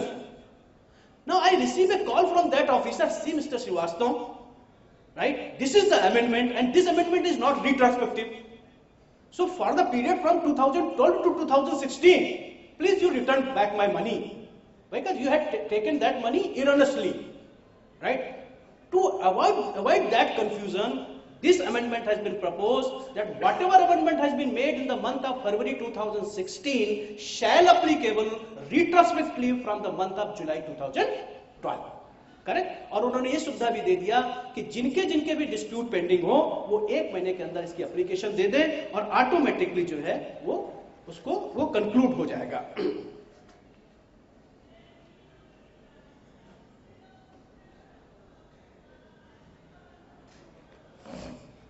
Friends, now I am moving very important amendment. We called it sections 101, 102 and 103. It is in the context of government contract, right? Government contract. There is combination of section 101, 102 and 103 read with various amendment in mega exemption. लेकिन अगर आपको ये section समझ में आ जाएंगे तो mega exemption में जाने की जरूरत नहीं है। ये अमेंडमेंट, ये सेक्शन ये कहते हैं कि if you are engage in construction, erection, commissioning, installation, repairs and maintenance of contract, civil contract for government, local authority और गवर्नमेंटल अथॉरिटी, राइट? सबसे पहले हम ये समझे कि किसको सर्विस हम प्रोवाइड कर रहे हैं, government, local authority, governmental authority. And it is in the nature of construction, erection, commissioning, installation, repairs and maintenance. Correct? These services were exempted up to 31st March 2015 by virtue of serial number 12 of notification number 25/2012। इसका मतलब ये था 31 मार्च 2015 तक ये सारे contract exempted थे। मान लीजिए आप MES का कॉन्ट्रैक्ट करते हैं तो MES का जो कॉन्ट्रैक्ट था वो 31 मार्च 2015 तक क्या था, एग्जेम्प्टेड था। If you are constructing educational institution, clinical establishment, cultural institution for the government, local authority और for the government authority, it was also exempted up to 31st March 2015। Suddenly in the budget 2015 they omitted this exemption with effect from 1st April 2015। तो इसका मतलब ये हो गया कि 1 अप्रैल 2015 से ये सारे कॉन्ट्रैक्ट सर्विस टैक्स के दायरे में आ गए थे। प्रॉब्लम क्या थी? प्रॉब्लम ये थी कि अगर मुझे MES से 100 करोड़ रुपए का कॉन्ट्रैक्ट मिला और वो कॉन्ट्रैक्ट मुझे दिसंबर 2014 में मिला था, so at the time of bidding और at the time of awarding of that contract there was no clause for service tax. Correct? और जो लोग भी इन सबको समझते हैं उनके लिए ये अच्छी तरह पता है कि अगर वो कॉन्ट्रैक्ट का पार्ट नहीं है then it is very difficult to take that money from the government sector or from the governmental authority. But by virtue of that amendment, your contractor was liable to pay service tax, correct? Without getting reimbursement from the government, local authority or governmental authority. सौभाग्य से finance minister को 1 साल के अंदर ये problem समझ आ गई। So they had allowed relaxation retrospectively, right? Subject to certain conditions। अब वो मैं conditions आपको बताता हूं। वो सभी कॉन्ट्रैक्ट जो 1 मार्च 2015 से पहले अवार्ड हो गए, राइट? जो नया एग्जम्पशन है वो कहां अप्लीकेबल होगा? उन जगह अप्लीकेबल होगा जहां पर आपको कॉन्ट्रैक्ट 1 मार्च 2015 से पहले मिल गया है। अगर आपको 1 मार्च 2015 से पहले कॉन्ट्रैक्ट मिल गया है तो वो कॉन्ट्रैक्ट, उसकी रिसीट जो है, उसकी जो कंसिडरेशन है, that will remain exempted, correct? Up to which period? 2020, 31st March 2020, correct? Now there is a dispute. If you will read the provision, there is a condition that contract should be awarded prior to 1st March 2015 and stamp duty should be paid, correct? But there is a term wherever it is applicable, correct? Because I am getting various feedback from various places that in India, in UP, if you are getting contract from MES, there is no provision to pay stamp duty, correct? So I wish to draw your kind attention towards section 101, 102, 103. Everywhere it is written that wherever it is applicable, right? As per my understanding, stamp duty is not payable in UP, right? So only criteria is that if contract has been awarded prior to 1st March 2015, correct? Now, there are two type of permission, two type of award. One is called technical, आपको order मिल गया लेकिन financial permission आपको नहीं मिली, correct? 2 दिन पहले I was in Uttar Pradesh राजकीय निर्माण निगम, so we had discussed this issue, right? Because those people has informed me that there are two kind of sanction. One is called technical sanction or whatever you may say, government order. Financial sanction बाद में आ सकती है, right? तो कौन सी date से हम माने कि 1 मार्च 2015 होगी? मेरे हिसाब से जिस दिन भी आपको कॉन्ट्रैक्ट फॉर्मली अवार्ड हो गया, अगर बाद में फाइनेंशियल रिवीजन होता है तो भी आपको एग्जम्पशन मिलेगा, करेक्ट? लेकिन अगर कोई कॉन्ट्रैक्ट 1 मार्च 2015 के बाद अवार्ड हुआ है, भले ही वो आप गवर्नमेंट कॉन्ट्रैक्ट हो, लोकल अथॉरिटी के लिए हो, गवर्नमेंटल अथॉरिटी के लिए हो, गवर्नमेंटल एजुकेशनल इंस्टीट्यूशन के लिए हो, क्लिनिकल एस्टेब्लिशमेंट के लिए हो, कल्चरल इंस्टीट्यूशन के लिए हो, service tax will continue. Am I right? Because ये ऐसा एक अमेंडमेंट है जिससे हम सभी का वास्ता पड़ना है, हम सभी उससे इन्वॉल्व है। हमारे हर चार्टर्ड अकाउंटेंट के 2-4 कॉन्ट्रैक्टर इस तरीके के हो सकते हैं। अब आपके मन में प्रश्न यह आ सकता है कि 1 अप्रैल 2015 से इसको टैक्सेबल कर दिया, मेरे क्लाइंट ने तो 20 लाख रुपया जमा कर दिया, उसका क्या होगा, right? So there is arrangement that once government is saying that these kind of contracts are exempted with effect from 1st March 2015, it means that these contracts were exempted from the very first day. So whatever amount you had paid, it has been collected or paid by you without authority of law, right? So naturally you can go for refund, you can claim for refund. कितने समय तक कर सकते हैं? There is a time limit that should be kept in your mind. Within 6 months, 6 महीने के अंदर आपको रिफंड फाइल कर देना है। और ये 6 महीने कब से शुरुआत होगा? From the date of assent. Because why I am not touching mega exemption, right? Because mega exemption has been issued by the government. Ultimately this proposition is govern by section 101, 102 एंड 103। 101 कब इफेक्टिव होगा? जब ये parliament में bill pass हो जाएगा, president sign कर देंगे, एक डेट नोटिफाइड हो जाएगा।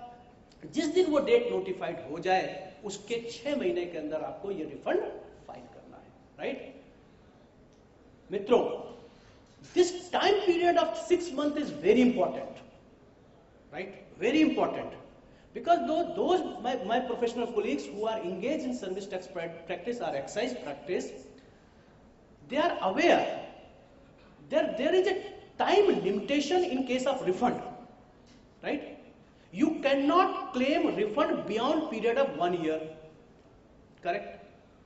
But there are number of decisions from High Court and Supreme Court that if an assessee has paid any tax erroneously or department has collected any tax without authority of law, then there is no time limit. Even I can go for refund after 5 years, after 10 years.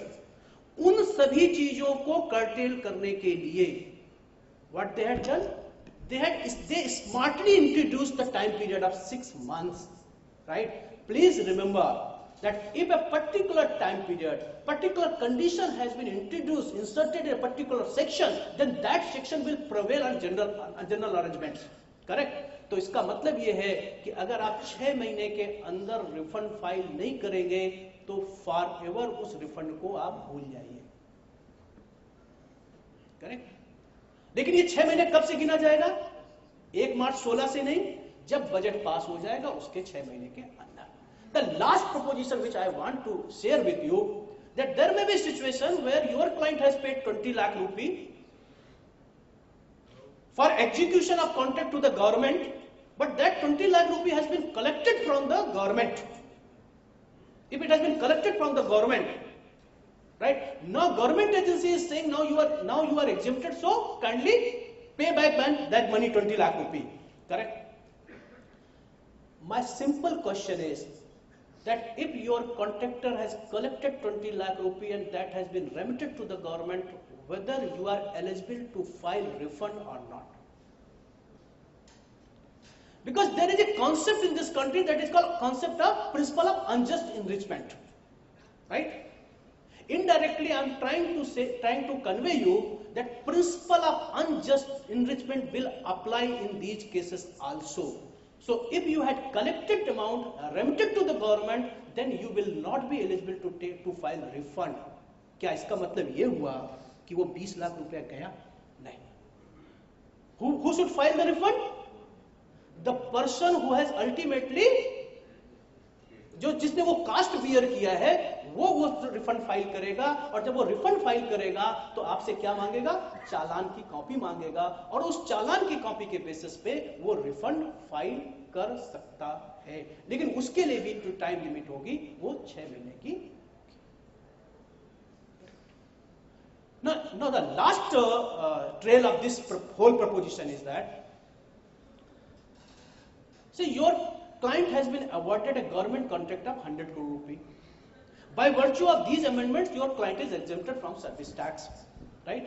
लेकिन आपके client ने उस 100 करोड़ रुपए से 50 करोड़ रुपए का जो काम है उसको सबलेट कर दिया, राइट? और वो जो सब कॉन्ट्रैक्टर ने, उसने भी सर्विस टैक्स चार्ज किया, आपसे कलेक्ट कर लिया और आपने उसका सिन्वेट क्रेडिट ले लिया, करेक्ट?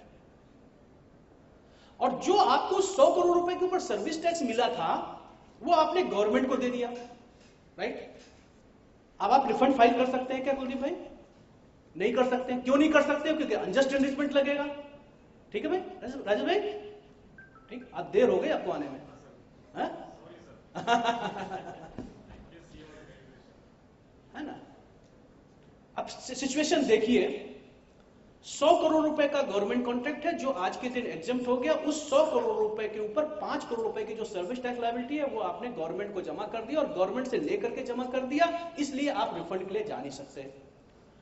वो कॉन्ट्रैक्ट आपने सबलेट कर दिया था, उसने आपको 2 करोड़ रुपए का सर्विस टैक्स चार्ज किया था, आपने उसका सिन्वेट क्रेडिट ले लिया था, ठीक है? जब हम ये प्रपोजिशन कहते हैं, इसका मतलब आपने 3 करोड़ रुपए दिया था गवर्नमेंट को, करेक्ट? जब 3 करोड़ रुपए उसको आपने दिया था तो गवर्नमेंट भी 3 ही करोड़ रुपए का रिफंड ले सकता है. इस 2 करोड़ रुपए का क्या होगा? आपको अपनी बुक्स में ये 2 करोड़ रुपए का जो सिन्वेट क्रेडिट है वो रिवर्स करना पड़ेगा, बिकॉज आप एलिजिबल नहीं थे उस सिन्वेट क्रेडिट को. सिन्वेट क्रेडिट आपने कब लिया था? 15-16 में. अगर आप 16-17 में रिवर्स करेंगे तो जब रिवर्स करते हैं सिन्वेट क्रेडिट तो क्या होता है? खर्चे बढ़ते हैं, राइट? और ये खर्चे क्या ट्रीट होंगे 16-17 में? Expenses relating to, correct? Reverse करना है आपको तो मेरी सलाह ये है, ठीक है ना, कि आप अपने इनकम, मुझे बहुत ज्यादा नॉलेज नहीं, मैं तो केवल आपको एक इशारा कर दिया, राइट, कि अगर आपने एग्जम्प्टेड सर्विस के अगेंस्ट में सिन्वेट क्रेडिट लिया है तो वो रिवर्स करना पड़ेगा. केवल बुक एंट्री नहीं डालनी पड़ेगी. जैसे ही रिवर्स करेंगे वैसे ही क्या होगा? There is a short payment of service tax. The moment you will reverse that 2 crore rupee, it means that you were liable to pay service tax 5 crore rupee. Actually, you are remitted 3 crore rupee. You had collected from department 5 crore rupee. Correct? Now government is entitled to file refund for 3 crore रुपए. अब ये 2 करोड़ रुपए का क्या होगा? Correct? वो 2 करोड़ रुपए कहां है? आपके पॉकेट में है. करेक्ट ना? तो वो ना तो 3 करोड़, गवर्नमेंट कितने का रिफंड फाइल कर सकता है? 3 करोड़ रुपए का. आप कितने का रिफंड फाइल करते हैं? 0. राइट? तो गवर्नमेंट आपसे कहेगा वो 2 करोड़ रुपए मुझे वापस करो, वो 2 करोड़ रुपए मुझे वापस करो. और वो आपके पास भी नहीं, आपने किसको दे दिया? सब कॉन्ट्रैक्टर को दे दिया. अब आप क्या करोगे? उसके यहां दरवाजा खटखटाओगे, मेरा 2 करोड़ रुपया दो. वो कहेगा भी सो रहा हूं, बाद में उठ के बताऊंगा, क्योंकि उसके पास भी तो 2 करोड़ रुपए नहीं, उसने भी 2 करोड़ रुपए डिपार्टमेंट को दे दिया. Correct? So my friend, my motto is not to create problem, but this is the practical aspect of this amendment. We are very happy that by virtue of these sections there is an exemption, right? But being a chartered accountant, we must understand what is the implication and how you will deal in your income tax. Correct?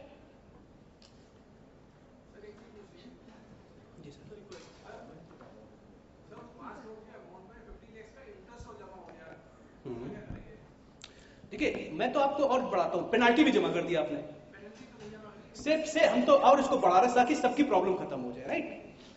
देखिए, जब original transaction taxable नहीं है, right, इसका मतलब interest भी नहीं applicable था, penalty भी एप्लीकेबल नहीं था. Right? So what ever amount you had deposited with the department, correct, tax amount अगर आपने कलेक्ट करके जमा किया है, उसका रिफंड कौन लेगा? गवर्नमेंट लेगा. राइट? जो इंटरेस्ट और पेनाल्टी आपने अपने पास से जमा किया, उसका आप रिफंड फाइल करेंगे. ठीक है? और विश्वास मानिए, आपको इमीडिएटली रिफंड मिलेगा. करेक्ट? क्यों मिलेगा? Because in the case of interest and penalty the concept of unjust enrichment is not applicable.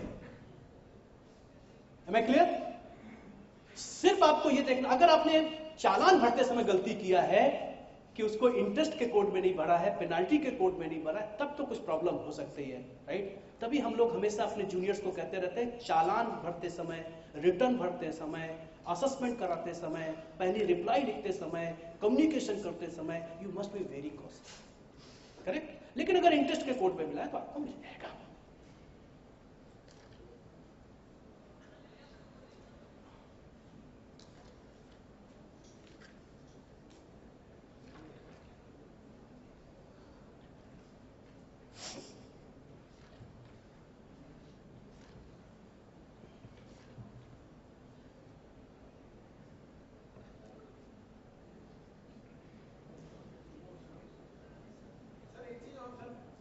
जी जी,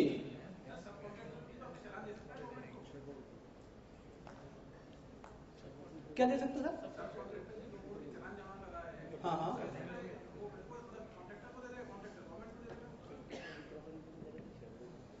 वो तो चेन, देखो बस क्या है ना, एक चेन हमने बता दिया आपको. राइट ना? अब वो तो चेन बढ़ती चली जाएगी ना. सपोज करो आपसे सब कॉन्ट्रैक्टर ले लिया, सब कॉन्ट्रैक्टर ने फिर सब कॉन्ट्रैक्ट दे दिया. करेक्ट ना? तो क्या है कि अगर किसी व्यक्ति ने किसी से लेकर के सर्विस टैक्स जमा किया है, तो रिफंड क्लेम करने का राइट किसका होता है? जिससे आपने लेकर के जमा किया. करेक्ट? तो वो पूरी चेन आपको ठीक करनी पड़ेगी. करेक्ट? और मुझे ऐसे लगता है कि यूपी में ज्यादातर गवर्नमेंट कॉन्ट्रैक्ट ऐसे हैं जिनकी नोडल एजेंसी या तो राजकीय निर्माण निगम है या यूपी प्रोजेक्ट कॉर्पोरेशन लिमिटेड है. Correct? And these two corporation has started all these exercise. Correct? बहुत सारी चीजें मैं खुल के नहीं बता रहा हूं, बट आपको मैं बता रहा हूं कि ये दो एजेंसीज जो हैं वो आपसे, अगर उन्होंने पैसा आपको मांग दिया है 5 करोड़ रुपए, तो वो क्या करेंगे कि आपसे मांगेंगे वापस, जो आपका रिटेन्ड अमाउंट है उसी से डिडक्ट कर लेंगे. अब आप करते रहिए जो कुछ करना है. Sir that's why I am here to discuss all these things ना. अगर है ना, जो भी प्रैक्टिकल चीजें हो सकती है वो मैंने आपके साथ सारी एक्सप्लेन किया आपको. Now I am trying to discuss with you certain modification, omission, amendment in mega exemption, और पता नहीं स्लाइड आगे पीछे कहाँ होंगे, but anyway I am referring an important amendment in the case of advocate, right? Advocate, senior advocate, right? अभी तक एक टर्म हम लोगों को पता चलता था, रिवर्स चार्ज मैकेनिज्म. राइट? एक दिन मैं कहीं किसी कोर्ट में सुन रहा था, एक जज ने पूछा कि यार ये एडवोकेट और एसएससी रिवर्स चार्ज मैकेनिज्म बोलते रहते हैं, हम भी एज ए जज रिवर्स चार्ज मैकेनिज्म बोलते रहते हैं, ये रिवर्स चार्ज मैकेनिज्म लिखा कहां है? आरसीएम जो है वो कहीं कानून में लिखा नहीं है, करेक्ट ना? तो इस बजट में एक इन्होंने टर्म और इजाद किया, उसका नाम रखा फॉरवर्ड चार्ज। तो क्या, तो अब दो टर्म हो गए, एक रिवर्स चार्ज और एक दूसरा क्या हो गया, forward charge, right? So if you are running a business entity, if you are running a business entity having turnover more than 10 lakh rupee and you are paying 5,000 rupee to an advocate or advocate firm for sell tax assessment or VAT assessment, correct? So what is the present proposition? Present proposition is that you have to discharge service tax under reverse charge mechanism and without realizing what is the monetary limit, because there is no basic exemption in the case of reverse charge mechanism. Now, by virtue of this amendment, they classified this proposition in two parts. One is services provided by a senior advocate. Senior advocate, right? So, if service has been provided by a senior advocate to advocate or advocate firm or to business entity, so in that case, all these senior advocates shall be responsible to be service tax under forward charge mechanism. Forward charge mechanism का मतलब ये हो गया कि उस case में आपके client को सर्विस टैक्स रिवर्स चार्ज में नहीं जमा करना है, वो जो सीनियर एडवोकेट है वो अपना रजिस्ट्रेशन कराएगा और रजिस्ट्रेशन करा करके अपने बिलों में वो सर्विस टैक्स चार्ज करेगा, correct? But this proposition is having some inherent problem. What is the inherent problem? The first, who is the senior advocate? Right? Senior advocate is the person जिसके बाल सफेद है, एज बहुत ज्यादा है, ये जरूरी नहीं है, करेक्ट ना? The senior advocate means the advocate who has been designated as senior advocate under Advocate Act, correct? Probably that is section 17. The moment you have been designated as senior advocate, there are certain restrictions, right? The important restriction is that senior advocate, the privilege is that senior advocate can appear in any court without wakalatnama, without authority, right? But the other side, there is a restriction that senior advocate can appear only through junior advocate, right? इसका मतलब ये हुआ क्या कि senior advocate कभी भी किसी भी बिजनेस एंटिटी को बिल रेज ही नहीं कर सकता है, करेक्ट? कभी भी नहीं रेज कर सकता है. किस चीज के लिए नहीं रेज कर सकता है? To appear in any court, to represent your case. If you are getting any advice, written opinion from any senior advocate, that is possible, right? But he cannot appear directly on behalf of business entity. तो ये जो senior advocate होते हैं, normally वो जो bill raise करते हैं, say Rajesh bhai is the senior advocate and I am the junior advocate, right? And I had approached Rajesh bhai to appear on behalf of say JK Synthetics Limited or JK Cement. तो ये जब bill raise करेंगे, तो वो raise किसको करेंगे? Dharmendra Srivastava, advocate appeared on behalf of JK Cement Limited, correct? Probably जब ये अरेंजमेंट किया गया शायद इन सब चीजों को ध्यान में नहीं रखा गया, बट एनीवे कुछ लोगों का स्पेकुलेशन ये था कि सारे एडवोकेट के केस में रिवर्स चार्ज मैकेनिज्म खत्म हो गया है. हम केवल आपको ये समझाना चाहते हैं कि वो खत्म नहीं हुआ है, एक छोटा सा अमेंडमेंट है, मॉडिफिकेशन है कि अगर कोई सीनियर एडवोकेट सर्विस प्रोवाइड करता है, ठीक है ना, तभी अगर आप देखेंगे अमेंडमेंट तो फर्म ऑफ सीनियर एडवोकेट नहीं लिखा होगा, राइट? जब आप एडवोकेट देखते हैं तो लिखा है एडवोकेट और एडवोकेट फर्म, बिकॉज सीनियर जो एडवोकेट होता है हमेशा इंडिविजुअल कैपेसिटी से ही अपीयर होता है, वो फर्म बना ही नहीं सकता, करेक्ट? तो अगर सीनियर एडवोकेट सर्विस प्रोवाइड कर रहा है तो फॉरवर्ड मैकेनिज्म लगेगा.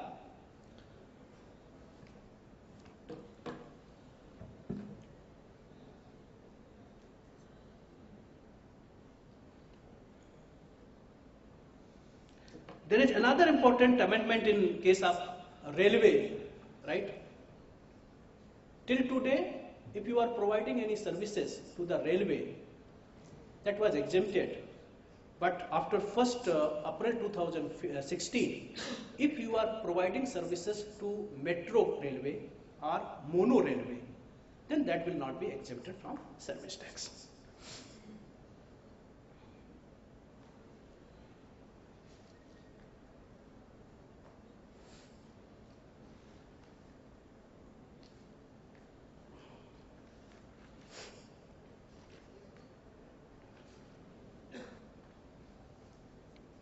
presentation rather than these slides, right?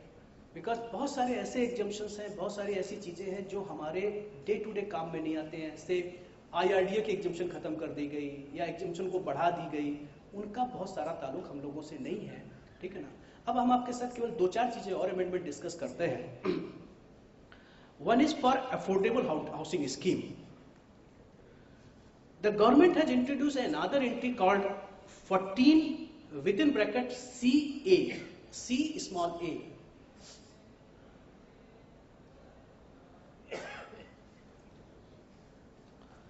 This exemption is saying that in case of affordable housing schemes, right? In service tax, there was exemption for affordable houses, but there was a condition that that housing scheme must be approved by a ministry of from center. That scheme should be approved by the central government, right? Urban ministry. बहुत सारी state governments है जो अपनी scheme ला रही है. मान लीजिए लोहिया आवास योजना है, राइट? तो अगर कोई बिल्डर आगरा का उस योजना के तहत अफोर्डेबल हाउसेस बनाना चाहता है तो अभी तक उसको सर्विस टैक्स की एग्जेम्पशन नहीं थी. Now that exemption has been enlarged. In addition to the central government schemes sponsored by the central government, if any state government is coming forward for affordable house scheme, right, and builder is engaged with that collaboration of affordable houses, so those housing schemes shall also be exempted from service tax, right? So as I promised you that I will try to discuss proposed amendment in 3 parts. 1, amendment in negative list. 2, amendment in mega exemption. And 3, amendment in Sinbad credit, right? As far as Sinbad credit is concerned, there are 3 or 4 very important amendments, very important changes which I wish to share with you. The first change is with the rule 2 capital A, with the definition of capital goods. Capital goods. There are 2 important amendments in the case of capital goods. 1, prior to this amendment, if you are running excisable unit, you are manufacturing excisable goods, you are purchasing capital goods, if that capital goods has been installed in the office, for example, if you are purchasing a AC, and that has been installed in accounts department and in the office of the office, even that if that office is located in your factory, so you were not eligible to take Sinbad credit of that capital goods, right? Now they had amended it that even those capital goods which has been installed in office, those capital goods shall be eligible for Sinbad credit, correct? And this is very important amendment for manufacturer, right? This was the first amendment, and the second amendment is that what capital goods having value up to 10,000 rupee shall be treated as input. Right? Say if you had purchased a calculator, right, up 2,000 rupee, 2,500, on which excise duty has been imposed by the manufacturer or by the seller. आपको credit मिल जाती थी because वो capital goods होता था, लेकिन पहले साल आप कितना लेते थे? 50%. सेकेंड ईयर कितना लेते थे? Balance amount, right? Now after this amendment your client shall be eligible to take full credit even in the first year, correct?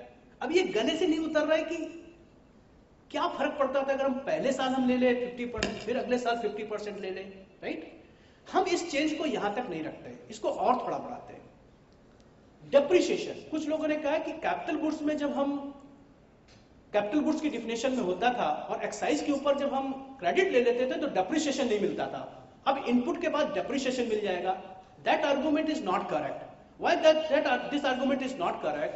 Because even if it will be treated as input, for example if you had purchase a calculator for 5,000 rupee plus excise duty of 500 rupee, so total cost is 5,500 rupee, correct? Now, once you will take the Sinbad credit of 500 rupee, cost will remain 5,000 rupee, correct? So, even after this change, you will not be eligible to take depreciation up to that 500 rupee. ये दूसरी बात के लिए ही भी ये amendment नहीं किया गया, राइट? जितनी मुझे प्रैक्टिस का अनुभव है, जो तीसरी बात मैं आपके साथ शेयर करता हूं उसके लिए है, there is a arrangement in CENVAT credit rule regarding removal of capital goods, correct? जिस कैपिटल गुड्स के ऊपर आपने सिन्वेट क्रेडिट ले लिया है, राइट, वो आपकी पोजीशन में रहना चाहिए, करेक्ट?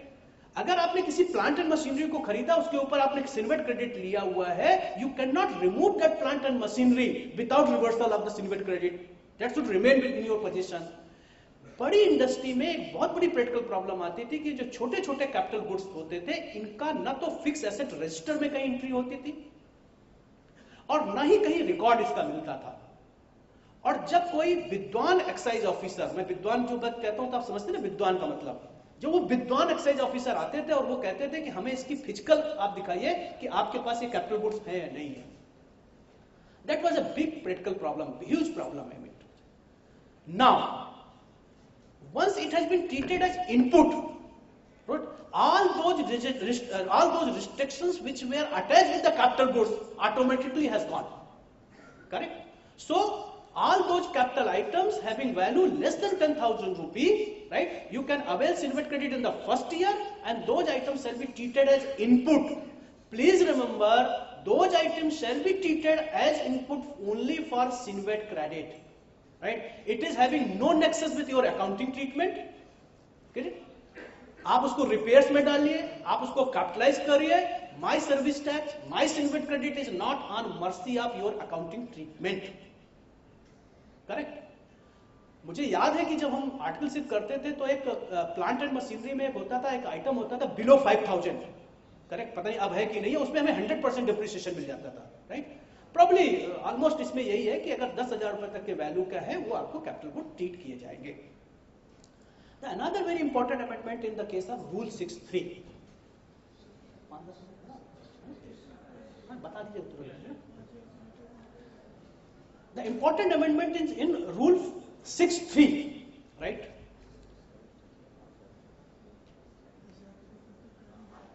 रूल 6(3) होता क्या है, फिर मैं आपको डिस्कस करता हूं कि चेंज क्या हुआ, राइट? रूल 6(3) का रोल वहां शुरू हो जाता है जहां पर आप मैन्युफैक्चरिंग सेक्टर में हैं and you are engage in manufacturing of exempted goods as well as excisable goods, और if you are engaged in service sector and you are providing taxable service as well as exempted service, correct?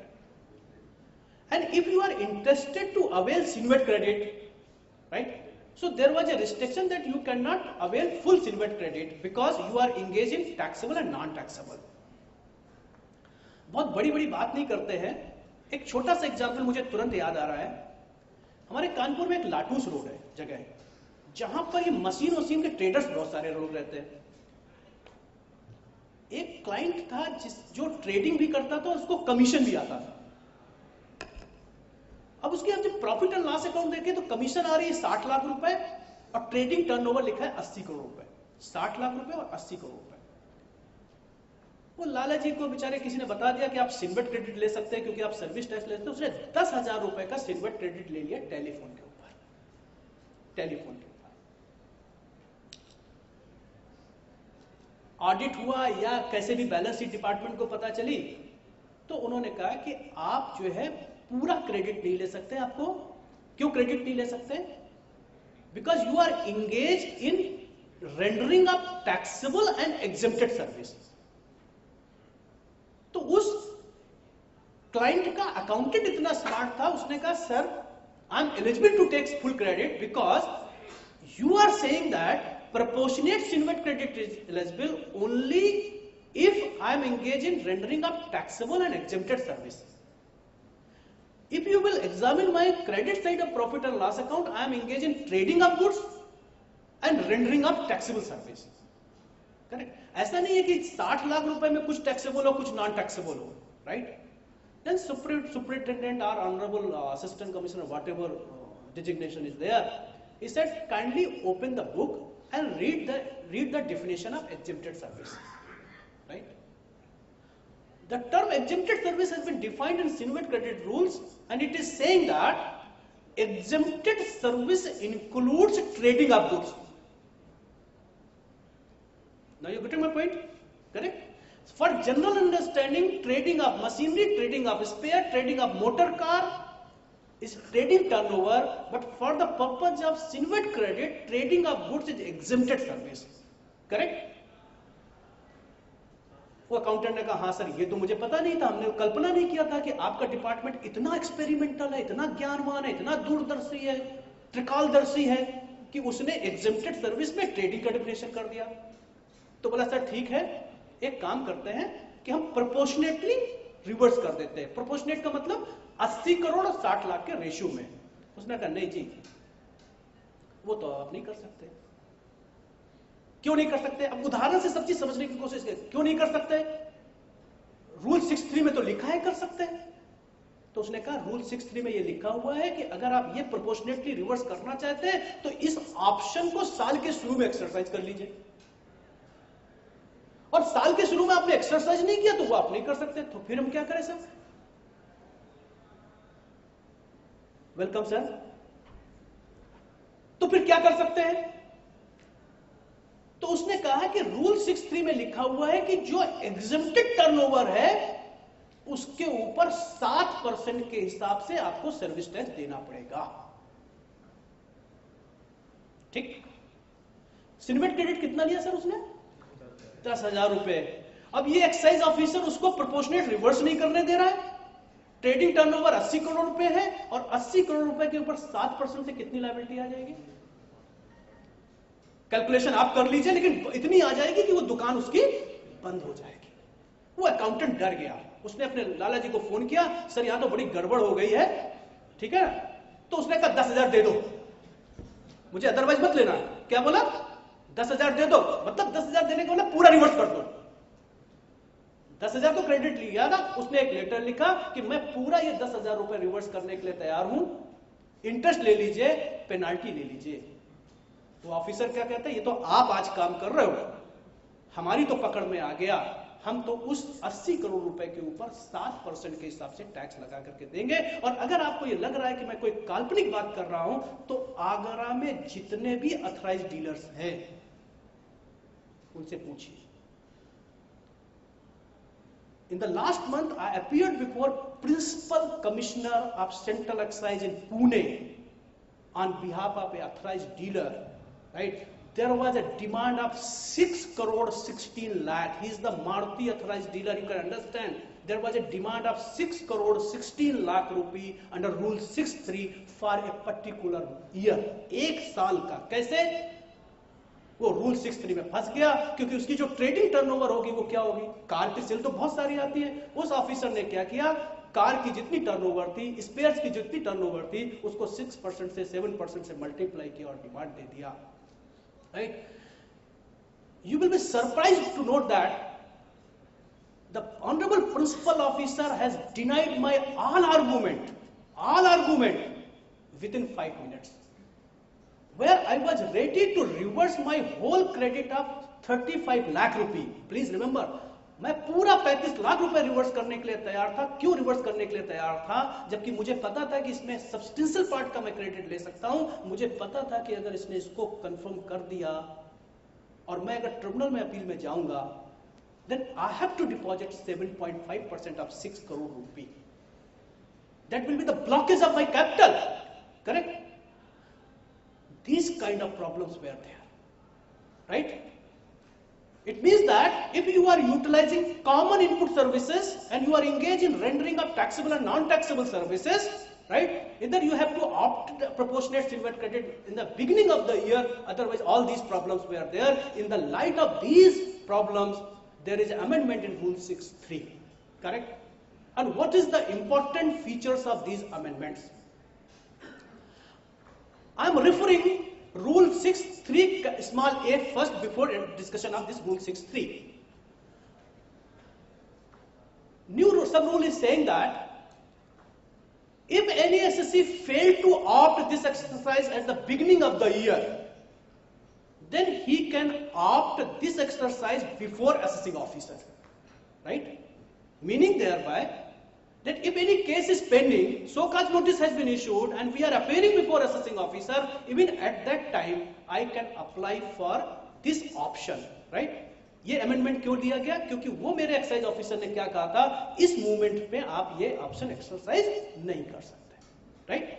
दूसरा बात उन्होंने ये कहा rule 6(3) में, at any cost demand can not exceed amount of CENVAT credit availed by the SSC. Correct? इसका मतलब ये जो ट्रेडर था इसने सिन्वेट क्रेडिट कितना लिया? 10,000 रुपए, राइट? तो किसी भी तरीके से सो कॉज नोटिस 10,000 से ऊपर नहीं हो सकती है। This is important amendment. And the another part of amendment is that what is the meaning of common input service, right? Now they had said whatever input services you had utilised kindly classified in 3 parts. 1, those input services which has been exclusively used for rendering of exempted service, or those input services which has been exclusively used for manufacturing of non-excisable goods, उसका कोई credit नहीं मिलेगा, ठीक? किसी को इसमें असहमत नहीं मिलेगा। दूसरा उन्होंने कहा कि those input services which are being used exclusively to render taxable services, उनका पूरा क्रेडिट मिल जाएगा, करेक्ट? जो बैलेंस बची, जो बैलेंस पार्ट बचा, that will be treated as common input service, और उस कॉमन इनपुट सर्विस का जो क्रेडिट है वो प्रोपोर्शनेटली मिलेगा। And what is the meaning of proportionate credit? Proportionate credit means turnover of taxable service, non taxable service. जो पिछले साल आपकी जो टर्नओवर है उसका जो रेशियो है उसके हिसाब से आप उसको क्रेडिट अवेल करिए, और जब साल खत्म हो जाए तो एक्चुअल असेसमेंट करके जो एडजस्टमेंट करना है वो आप एडजस्टमेंट कर दीजिए। The last amendment which I wish to share with you, that is in rule 14. There is long list of dispute where if you had taken any Sinvet credit, and if as per assessing officer or as per your consultant you were not eligible to take that Sinvet credit, meaning thereby you had availed input services which were not eligible. So we are using two terms, availing Sinvet credit and utilization of Sinvet credit. Availment and utilization. Our understanding is that if I had availed any Sinvet credit wrongly, but if it remained unutilized, then there is no question of interest or penalty, correct? And to examine this proposition, in last budget they had introduced FIFO system, correct? In this budget they had omitted this FIFO system and they introduced the old situation. Old situation is that if you are alleging particular SSC that you had availed Sinvet credit wrongly, right? And suppose if you are reversing that amount, say मैंने पूरे साल में 1 लाख रुपए का सिन्वेट credit लिया, उस 1 लाख रुपए में 10,000 रुपए गलत है, हम भी एग्री करते हैं 10 लाख रुपए। अगर हम उसको रिवर्स कर देते हैं उसी डेट पे, तो क्या सिन्वेट क्रेडिट माइनस में जा रहा है क्या? मान लीजिए पूरे साल आपका अनयूटिलाइज क्रेडिट 20,000 रुपए रहा पूरे साल, और 10,000 रुपए आपने रिवर्स कर दिया, even though there is positive CENVAT credit. So as per amended rule there is no question of interest, there is no question of penalty. Friends, these were the important or highlights of the budget as far as indirect tax is concerned. I understand the time limitation is there. So my friends, I am closing my presentation. If you are having any query relating to budget, right? बहुत सारी और query होगी, फिर कभी बैठेंगे because learned speaker is here, right? If you are having any query relating to indirect tax, either for excise, service tax or custom, that is most welcome. Thank you very much.